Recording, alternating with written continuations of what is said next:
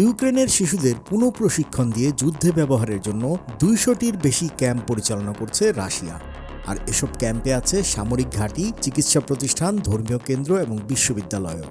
এই শিশুদের দেশপ্রেমে উৎসাহী করে তোলার পাশাপাশি অস্ত্র ব্যবহার শেখানো, যুদ্ধ কৌশল এবং ড্রোন ব্যবহারের মতো প্রশিক্ষণ দেওয়া হচ্ছে। আন্তর্জাতিক গণমাধ্যমের রিপোর্টে বলা হয়েছে ২০২২ সালের পূর্ণমাত্রার আক্রমণের পর থেকে শিশুদের এসব কেন্দ্রগুলোতে নেওয়া হচ্ছে। কমপক্ষে ১৩০টি কেন্দ্রে শিশুদের রাশিয়া ন্যারেটিভ অভ্যস্ত করার জন্য পুনঃশিক্ষার কার্যক্রম চালাচ্ছে। আর ৩৯টির বেশি কেন্দ্রে শিশুদের সরাসরি সামরিক প্রশিক্ষণ দিচ্ছে। এখানে শিশুদের গ্রেনেড নিক্ষেপ, অস্ত্র ব্যবহার, প্রাথমিক চিকিৎসা, যুদ্ধ কৌশল এবং এমনকি ড্রোন ব্যবহার শেখানো হচ্ছে। শিশুদের বয়স মাত্র ৮ বছর হলেও তারা এই প্রশিক্ষণে অংশ নিচ্ছে। এই রিপোর্ট তৈরিতে ইয়েলের হিউম্যানিটেরিয়ান রিসার্চ ল্যাব উন্মুক্ত সূত্র, রাশিয়ার প্রকাশনা এবং উপগ্রহ চিত্র ব্যবহার করার তথ্য প্রকাশ করেছে আন্তর্জাতিক গণমাধ্যমে। এর মাঝে কমপক্ষে ৫টি স্বাধীন উৎস শিশুদের উপস্থিতি নিশ্চিত করেছে।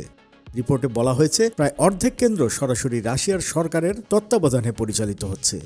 অনেক কেন্দ্র সম্প্রসারণের লক্ষণ দেখাচ্ছে, যা আরও বেশি শিশুদের জন্য প্রস্তুতি নেওয়া হচ্ছে। এছাড়া ২টি নতুন ক্যাম্পও নির্মাণাধীন।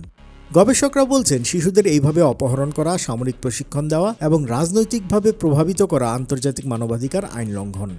এটি জেনেভা কনভেনশন এবং শিশু অধিকার সংক্রান্ত জাতিসংঘ চুক্তিও লঙ্ঘন করে। শিশুদের সামরিকীকরণ শুধু তাদের ব্যক্তিগত ভবিষ্যৎ নষ্ট করছে না, পুরো ইউক্রেনীয় সমাজকেও বিপন্ন করছে। এটি যুদ্ধাপরাধ এবং মানবতা বিরোধী অপরাধের গুরুতর অভিযোগের মধ্যে পড়ে। ২০২৩ সালে আন্তর্জাতিক অপরাধ আদালত রাশিয়ার প্রেসিডেন্ট ভ্লাদিমির পুতিন এবং শিশু অধিকার কমিশনার মারিয়া লাভোভা বোলেভার বিরুদ্ধে অনুসন্ধান শুরু করেছে। তবে রাশিয়া দাবি করছে শিশুদের কেবল নিরাপত্তার কারণে স্থানান্তর করা হয়েছে এবং কোনো বাধ্যতামূলক অপহরণ হয়নি। ইউক্রেনের প্রেসিডেন্টের কার্যালয়ের প্রধান এন্ড্রি ইয়ারমাক জানিয়েছেন, ইয়েলের রিপোর্ট রাশিয়ার অস্বীকার ও মিথ্যাচারের বিরুদ্ধে অপরিবর্তনীয় প্রমাণ দিচ্ছে। তিনি বলেন, আন্তর্জাতিক সম্প্রদায়ের জন্য সময় এসেছে কার্যকর পদক্ষেপ নেওয়ার।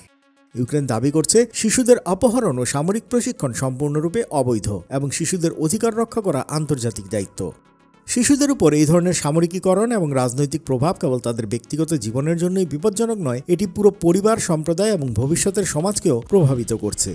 অভিভাবকরা তাদের সন্তানদের জন্য উদ্বিগ্ন এবং শিশুদের মানসিক ও শারীরিক নিরাপত্তা এখন বড় চ্যালেঞ্জ হয়ে দাঁড়িয়েছে।